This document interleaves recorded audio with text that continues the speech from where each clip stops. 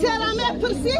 7000 بیلیت گرفتم 8000 بیلیت گرفتم یگان آدم نمیگه همین 20 آدم 4000 4500 بیلیت بفروشن دیگه همشه 8000 میفروشن هر روز به اخبار اعلان میکنن 4500 بیلیت 450 بیلیت مرحمت 450 بیلیت فروش من چه بیلیت تیار شدیم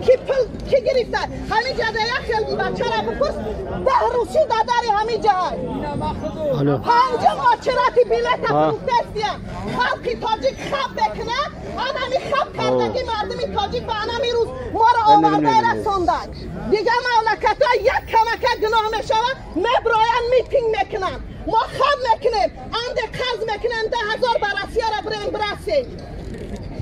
یگان آدم نفروختیم زاکون نیست همین باور که من 21 در زنگ میزنم لش نه بچه پریزیدنت همین خبرم میرسانم مرحمت بیارد از این کسش آدم بمانن خلق 4,500 5,000 بیلیت فروشن 8,000 نفروشن تا 13 تا 20 ماهی اپریل پال فروختگی 8,000 سامانی فروختگی بیلیت یگان آدم نیست که 4,500 بیلیت گرفته باشه خب میکنن بچه های بیچاره خب میکنن انده برسی را برسید انده خب کنن گرد نزنن که نبرن محکم و نکنن یه هفته شیدمی جمعه را میان فقط میگن که بیلیت 4,500 کسی را آدم میگن خیلی 100,000 آدم زیاد $2 بیلیت چند سون خلق احمق میگن 8,000 میگن خلق احمق خواه خلا مرا توفیم همی 3 جوش کنده مرا نمیفوره برم امرا سیاده کار کنم آزاد آدم های فقط کلونتر ها پلا میخورن چه بیلیت 4,500 کسی بیلیت نگیره بیلیت 8,000 گرفتن یوتر فروختگی 8,000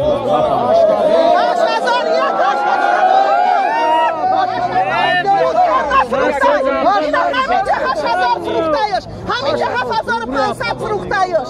چرا خلقی بیچاره را نگه نمیکنن برای چی خلقی بیچاره را نمیگن که بس 4,500 بیلیت بگی همه مردمی همینجا بانکا قرض گرفتیم بیلیت پل گرفته رفته استیم من بار وقت اومد یگان آدم نیست خدمت حاضیت گاو تفروختیت بدوشدی خانه تفروختی آمدی که 5,000 بیلیت بگیرم 10 هفته دیگه همین جده به 5,000 بیلیت گرفتن نمیتونم 8,000 میفروشن در اینجا کلان تلا هستم که دعوای خلق کمبغل بشنوم شکایتی